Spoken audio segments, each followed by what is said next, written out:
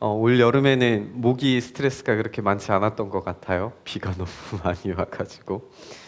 시골과 모기를 추억하면서 떠올리는 물건이 하나 있다면 이것은 모기향일 것 같아요. 모기향. 예, 우리 친구들은 이거 본 적 있나요? 어, 매캐한 냄새와 함께 연기가 아른아른 피어오르는 걸 생각 없이 이렇게 쳐다보다가 다음날 이렇게 일어나 보면은 동글동글 이렇게 제가 떨어져 있죠. 그리고 어제도 이렇게 잘 모기 향이 예쁘게 타들어갔는데 왜 내 다리와 팔에는 모기가 물려 있을까 이렇게 생각을 하면서 네, 이런 게 이런 모기 향이에요. 2012년도에 올해의 책으로 소개된 책이 한 권 있었는데 피로사회라고 하는 책이었어요. 한병철 씨의 피로사회라고 하는 이 책을 저도 2012년도에 올해의 서적이라고 하니까 한번 읽어봤는데 너무 좋았던 기억이 있어서 이 한병철 씨의 책을 이렇게 사서 몇 권을 더 읽어봤습니다.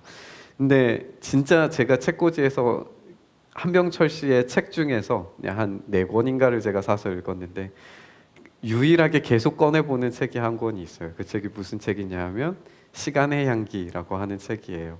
이 책 너무 좋아해가지고 이렇게 여러 번 우리 말씀 가운데서도 나누고 했었는데 이 책은 이제 향기로운 시간이라고 하는 파트에서 몇 부분을 이제 제가 좀 뽑아서 제가 여러분들에게 읽어드리고 이 내용과 오늘의 본문을 같이 한번 생각을 해봤으면 좋겠어요. 우선은 이 글에서 제가 이 글을 읽기 전에 향인이라고 하는 것을 먼저 좀 설명을 해드려야 될 것 같아요. 향인이라는 게 있어요. 이게 뭐냐면 아까 모기향처럼 이렇게 모양을 만들어 놓는 거예요. 그래서 저 끝에서 이렇게 한번 그 불을 태워서 이제 불꽃이 점점 사그라들기 시작하면 이 향을 하나씩 이제 타고 들기 시작하면서 저 향이 다 탔을 때에는 글자가 이렇게 딱 완성되는 게 이제 향인이에요. 이게 왜 인이냐 하면 그 다음 사진을 보여주시면 이게 그 담을 수 있는 인으로 되어져 있는 어떤 그 도장 같은 게 있어요. 그럼 거기에다가 이제 그 향을 채우고 그것을 이제 빼면은 저런 모양이 이렇게 딱 되고 맨 마지막 그림이죠. 모양이 이제 딱 되어져 있는 것의 끝에 심지를 불을 붙이고 이제 타서 글씨가 남게 되고 그 향을 이제 맡고 보면서 이제 명상을 하는 뭐 우리식은 아니죠. 근데 저도 몰랐는데 기독교 전통에서도 이 향이 굉장히 중요했어요. 제가 이스라엘 여행하면서도 느꼈는데 향을 정말 많이 쓰더라고요. 제가 여기가 불교 그 느낌이 들 정도로 굉장히 향을 잘 쓰더라고요. 예, 좀 깜짝 놀랐는데 예루살렘에서도 그랬어요. 어쨌든 이 향을 태우는 것이 이제 어떤 이런 명상의 그런 구조인데 한병철 씨가 이 향인이라고 하는 것을 이렇게 설명을 했어요. 이것을 시간을 재는 도구다. 그리고 서양 사람들이 이것을 알 리가 없었다 이렇게 이야기를 하는데 사실 저도 여기 이 글을 보면서 처음 알았어요. 향이라는 게 시간을 나타내는 도구라는 걸. 그 글을 이제 제가 조금 읽어드릴 테니까 이런 생각을 가지고 향인이라는 게 이런 거구나, 시간을 재는 도구구나 이런 생각을 가지고 제가 들리는 이야기를 한번 들어보시죠. 시간 측정 수단으로서 향은 많은 점에서 물이나 모래와 구별이 된다. 향기가 나는 시간은 흐르거나 새어나가지 않는다. 아무것도 비워지지 않는다. 오히려 향 냄새가 공간을 채운다. 향기는 시간을 공간화하고 그리하여 시간의 지속성에 인상을 준다. 향으로 된 인장은 재가 되어도 그 의미를 전혀 잃어버리지 않는다. 재를 남기며 계속 전진하는 불꽃이 환기할 수도 있는 무상성은 지속성의 느낌의 자리를 내준다. 향이는 타들어가면서 나오는 연기로 인해 온갖 형상이 만들어지며 시간을 한 폭의 그림으로 응고시킨다. 시간은 공간이 된다. 봄과 가을의 병존도 시간을 멈춰서게 한다. 시간의 정물화가 나타난다. 시간의 깊이는 모든 순간을 온 존재와 그 향기로운 영원성과 결합한다. 시간을 극도로 무상하게 만드는 것은 바로 욕망이다. 욕망으로 인해 정신은 가만히 있지 못하고 마구 내달리는 것이다. 어떠신가요? 뭔가 이렇게 닿을 듯 닿지 않는 알쏭달쏭한 문장이시죠? 한병철 씨는 이 타들어가는 불꽃이 마지막을 향하여서 욕망하듯이 내달리는 무상성, 그러니까 사라져버릴 것, 없어져 버릴 것이라고 볼 수도 있는데 결국에 그 허무한 욕망의 달리기가 그 공간 속에 자욱하게 남아져 있는 그 연기, 그리고 그것으로 인하여서 타들어간 이후에 남아있는 그 향기, 그리고 타고 남은 제가 만들어내는 어떤 그림과 글자, 이것들로 말미암아서 그게 사라져버린 게 아니라 여기에서 탔었고 여기에 남아있었구나를 느낄 수 있는 그 영원성과 지속성을 느낄 수 있다, 이렇게 설명을 하고 있는 거예요. 어떻게 좀 이해가 되셨습니까? 최대한 쉽게 설명을 해보려고 했는데, 오늘 이게 우리가 나눠야 할 말씀의 핵심 포인트, 야곱의 이야기와 맞닿아 있는 것 같았어요. 요셉은 자신의 아버지를 바로에게 소개를 합니다. 야곱은 바로를 만나서 이야기를 나누기 전에 축복을 하죠. 그리고 바로와의 이 함축적인 대화 속에서 정말 깊고 농밀한 야곱의 그 인생의 이야기가 뭉쳐져 있습니다. 이렇게 나오죠. 이 세상을 떠돌아다닌 횟수가 100년하고도 30년입니다. 저의 조상들이 세상을 떠돌던 횟수에 비하면 제가 누린 횟수는 얼마 되지 않지만 험악한 세월을 보냈습니다. 우리는 야곱이 어떻게 인생을 살았는지 잘 알고 있어요. 형 에서와의 갈등 때문에 쫓겨났죠. 삼촌 라반의 집으로 쫓겨났어요. 그 쫓겨가는 가운데 얼마나 두려웠을까요? 그리고 허허벌판에서 돌베개를 베고 잠들었는데 그곳에서 하나님께서 어떻게 나타나셨는지를 알고 있어요. 그곳에서 종처럼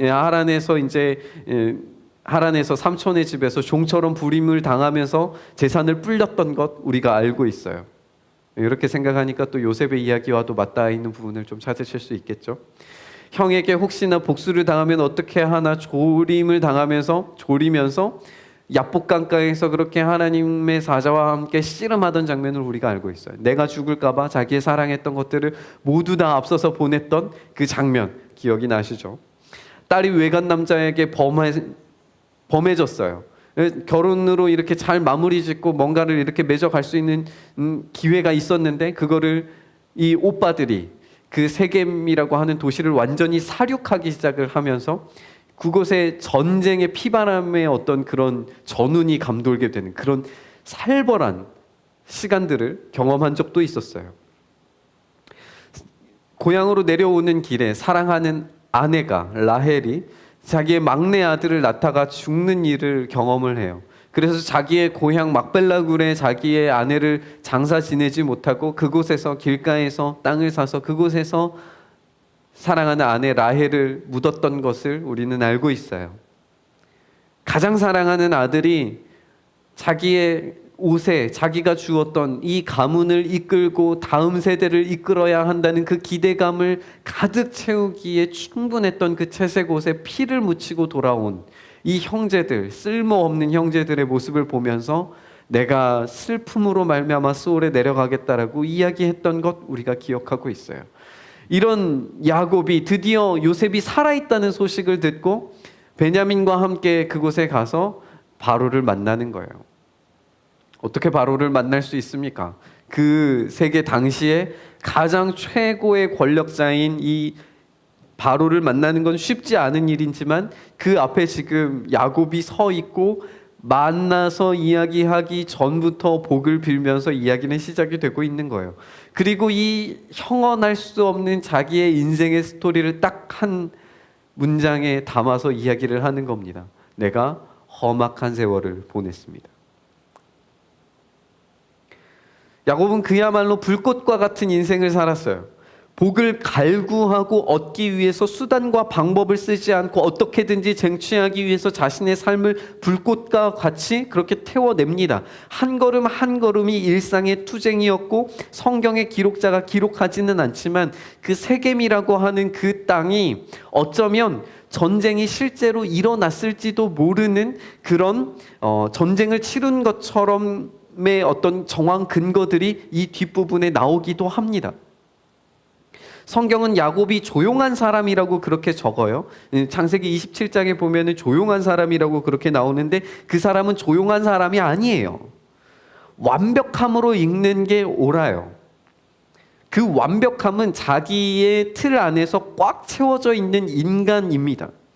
그는 소심한 사람이 아니라 철저히 자기 주관과 계획에 움직이는 사람이고 자기의 뜻대로 주변을 만들어 가야 하는 사람입니다. 이거는 외향적이고 내향적이고 이런 차원의 문제가 아니에요. 그래서 때로는 이런 사람들은 냉철하고 냉혈한처럼 보이는 인간이 맞습니다. 이런 인간을 우리가 완벽주의자라고 부르는 게 맞는데, 그런 사람들은 보통 주도적이고 주도형이고 똥꼬집이고 잘못을 인정하려고 하지도 않고 자신의 잘남에 도취되는 자의 유형이기도 합니다. 제가 왜 이렇게 잘할까요? 이런 인간이 저이기 때문에 그래요. 제가 이런 스타일이에요.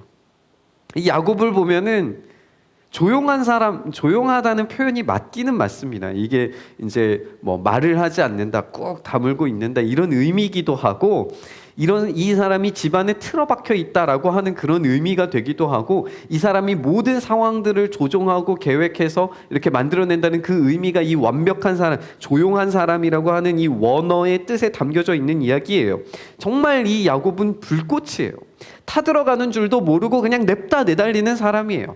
그 속에 욕망이 있고 그 욕망의 엑셀레이터를 도무지 뗄 줄 모르는 사람이에요. 주변을 보기보다, 사람을 보기보다 목표를 향해서 달려가는 사람입니다. 그런 욕망의 불꽃은 그 사람을 사라져가고 없어져 버릴 무상성, 사라져 버릴 것으로 끌고 가는 것처럼 보이는데, 그의 삶에 그래서 결국에 남는 것이 무엇이냐는 이야기예요. 우리의 삶을 불꽃처럼 태우고 계시다면, 우리 앞에 놓여진 과업들을 치르다가 보니까 내가 언제 여기까지 와 있지? 이런 생각이 혹시나 드신다면, 이 일들을 내가 언제까지 해야 되지? 내가 언제까지 내 일을 계속할 수 있을까? 내 이후의 삶은 어떻게 되는 것일까? 끊임없이 질문하게 되신다면, 그러다가 이 인생이 정말 허무하고 허망하게 끝나버린다면 어떻게 할까? 그런 생각이 드신다면, 그런 불꽃과 재로 만들어지는 무상성으로 우리가 사라져버릴 존재로 나아가는 것처럼 느껴진다면, 우리가 남길 수 있는 것이 겨우 쟤뿐이라는 생각이 들게 된다면, 우리는 우울감과 낙심으로 우리의 삶을 마무리하게 될 겁니다. 야곱이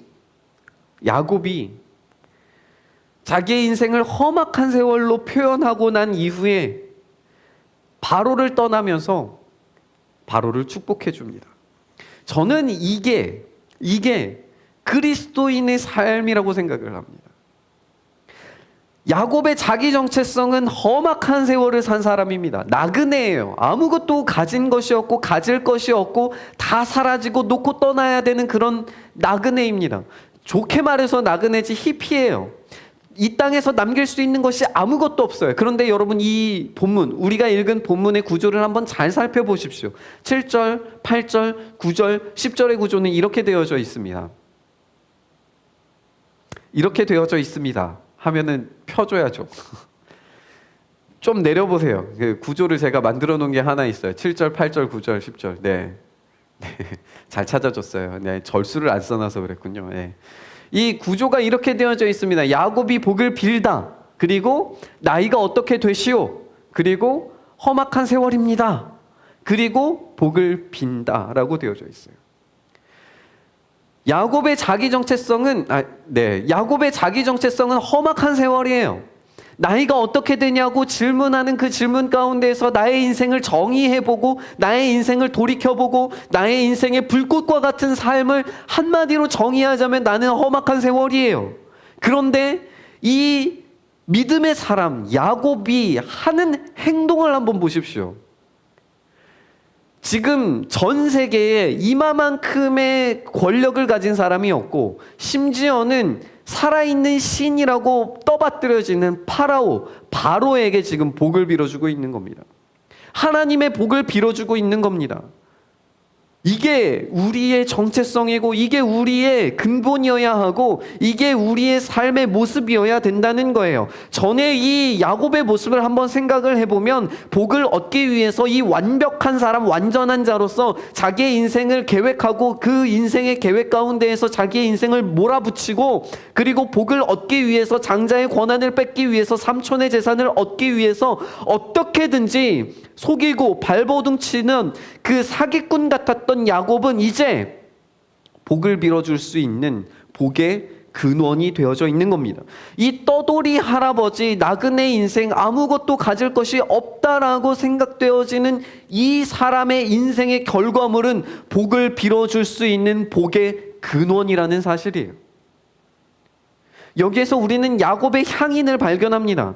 그는 불꽃처럼 자신의 인생을 태워가면서 자신의 사랑하는 것들을 다 잃어버린 것 마냥 낙심과 좌절로 세월을 마칠 것처럼 보였는데, 그래서 자기의 인생에 아무것도 남길 수 없는 삶처럼 자신의 삶을 내던지는 삶으로 보였는데, 자신의 잃어버린 모든 것들을 되찾고 불완전한 가족이 다시 완전한 가족으로 만들어졌을 때 이런 모습을 보이는 거예요. 그의 나그네 세월이 가져온 깊은 인생의 향기, 그의 험악한 인생 자체가 말해주는 자욱한 연기, 그리고 바로를 만나고 떠나면서 빌어준 언어로 남겨진 그 언어의 복. 이 장면 가운데서 야곱의 향인이 깊이 남아있는 거예요. 이 바로가 만나는 야곱은 그야말로 그 나그네로서 이 험악한 인생의 향기와 연기, 그리고 그리스도와 함께 동행하기 위하여 사는 그리스도인처럼 하나님과 함께 몸부림치면서 살았던 그 삶의 전체를 보여주면서 복을 빌어주는, 그야말로 말 그대로 하나님의 향기가 나는 향인이었어요. 야곱의 시공간 속으로 바로와 우리를 초대하는 거예요. 그 모습을 보자마자 우리는 정말 진한 인생의 향기를 맡게 됩니다. 정말 진한, 앞으로 어디로 가야 될지 한 치 앞도 볼 수 없는 빼곡히 차 있는 연기를 보게 됩니다. 그리고 그 가운데서 베풀어지는 그 복이라고 하는 그 글자와 함께 이 사람이야말로 진짜 복의 근원이 되었구나라고 하는 그 인생 자체를 우리가 몰두하게 되는 거예요. 그 속에서 마침내 만나는 최종적인 야곱의 모습은 사기꾼, 열정적인 사람, 완전한 사람이 아니라 복의 근원입니다. 험악한 세월은 불꽃을 태워가면서 무상으로 달려가는 듯한 사기꾼이고 욕심과 이기심으로 뭉친 야곱을 철저히 태우고 엎드리게 하고 씨름하게 만들므로써 복의 근원을 만들어냅니다.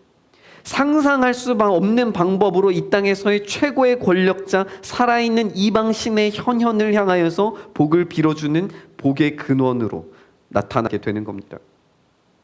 여러분, 우리가 불꽃으로 살다가 사그라들어서 향과 연기와 글도 제대로 남기지 못한 채 꺼져버리는 그런 삶을 살지 않기 위해서 우리는 어떤 삶을 살아야 될까요?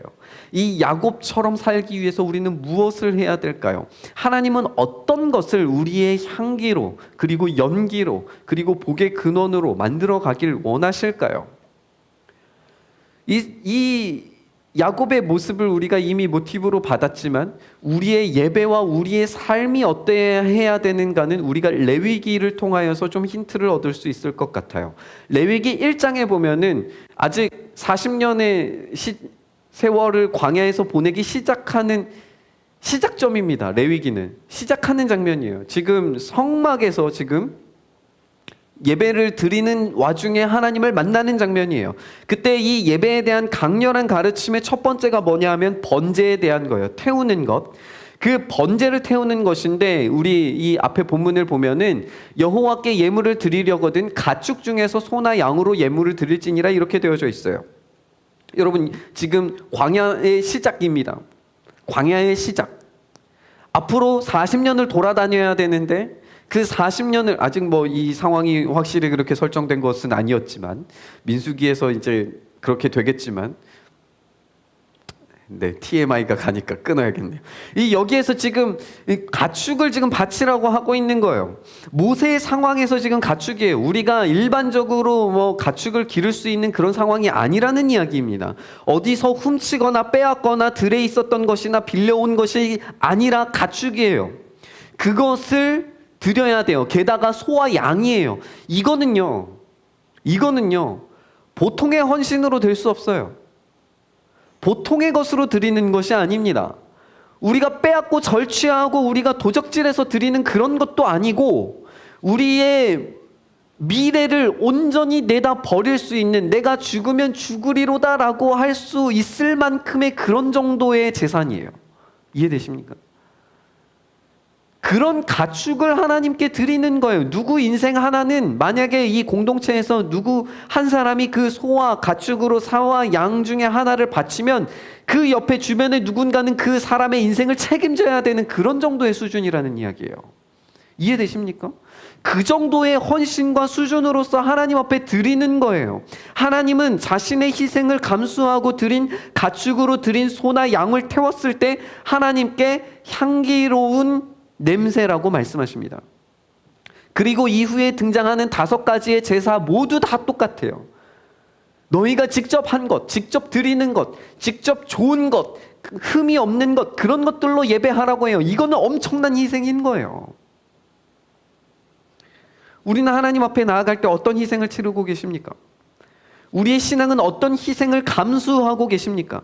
죽으면 죽으리라 어떤 각오가 우리의 삶을 하나님께로 내던지고 있으십니까? 어떤 삶으로 하나님 앞에 그렇게 타오르고 계십니까? 우리는 복된 존재가 되기를 바라요. 그쵸? 저도 그렇게 되기를 원합니다. 복된 존재가 되기 위해서 끊임없이 자신을 내던져야 됐던 야곱의 그 험악한 인생은 우리가 제대로 바라보지 않아요. 그게 우리의 문제. 복된 존재가 되기를 원하는데 야곱이 어떻게 복된 존재가 되었는지 그 험악한 인생에 대해서는 우리가 생각하지 않아요. 하나님 앞에 우리의 예배를 온전히 올려드리고 참된 예배를 받으실 하나님에 대해서 기대하기는 하는데 우리의 어떤 희생으로 하나님께 예배 드려야 되는지에 대해서는 기억하지 못해요. 여러분, 복음을 값싸게 만들면 안 됩니다. 우리의 예배를 값싸게 만들면 안 돼요.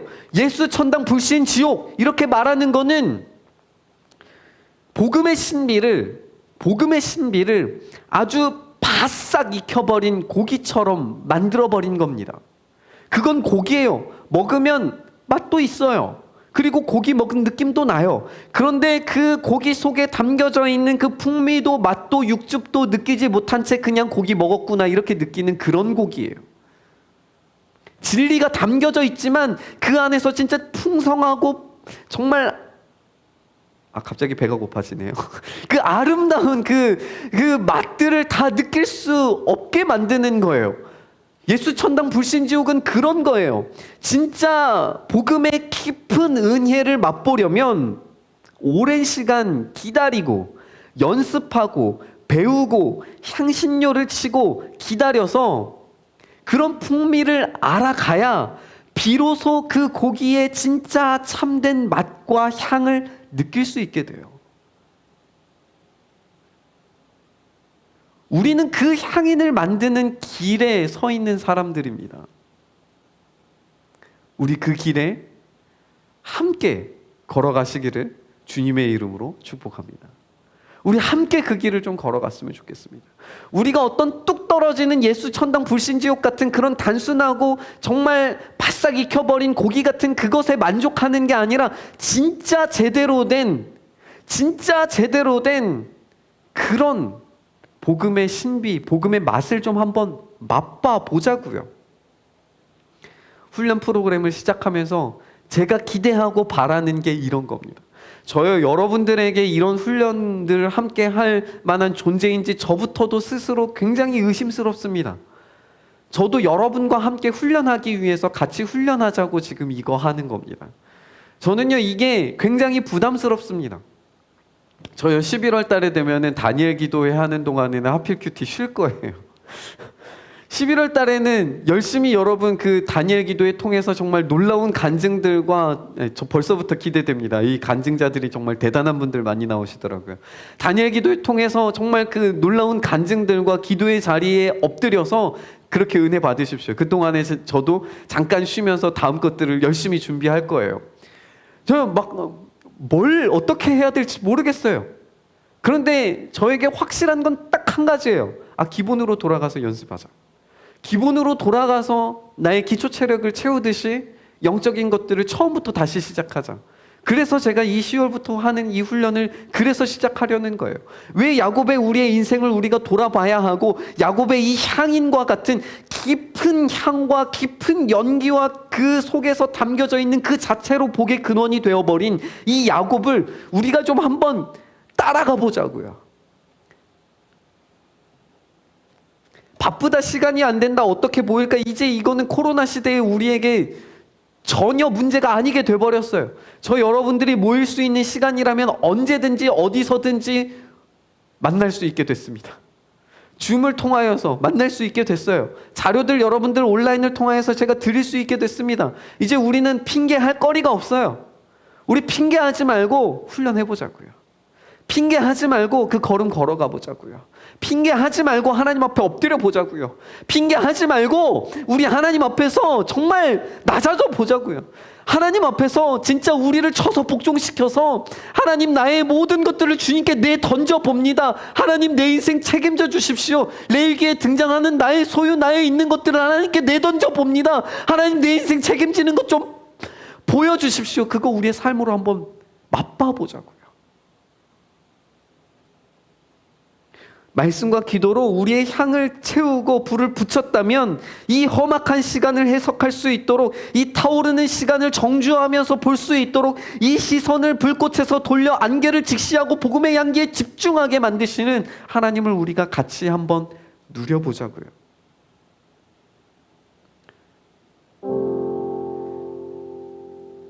그 향기를 맛보기 위해서 우리의 삶을 돌이켜서 하나님 앞에 그렇게 엎드리기 시작할 때, 그렇게 기도하기 시작할 때, 말씀의 그 깊은 의미를 찾아가는 그 과정들을 하기 시작할 때, 그 말씀을 통해서, 기도를 통하여서 우리의 인생이 해석될 줄 믿습니다.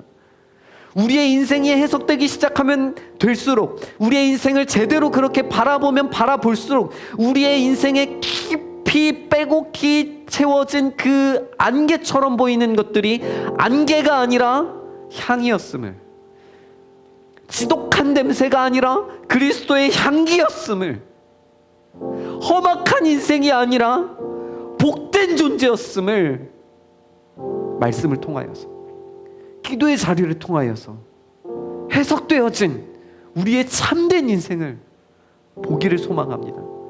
그렇게 예수 그리스도의 향인들로 되어져 가기를 주님의 이름으로 축원합니다.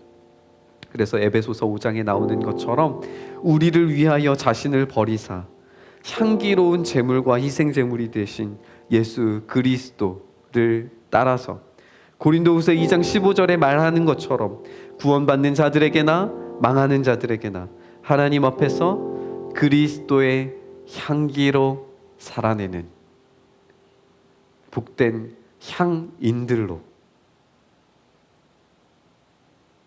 만들어져 가시기를 주님의 이름으로 축복합니다. 기도하겠습니다.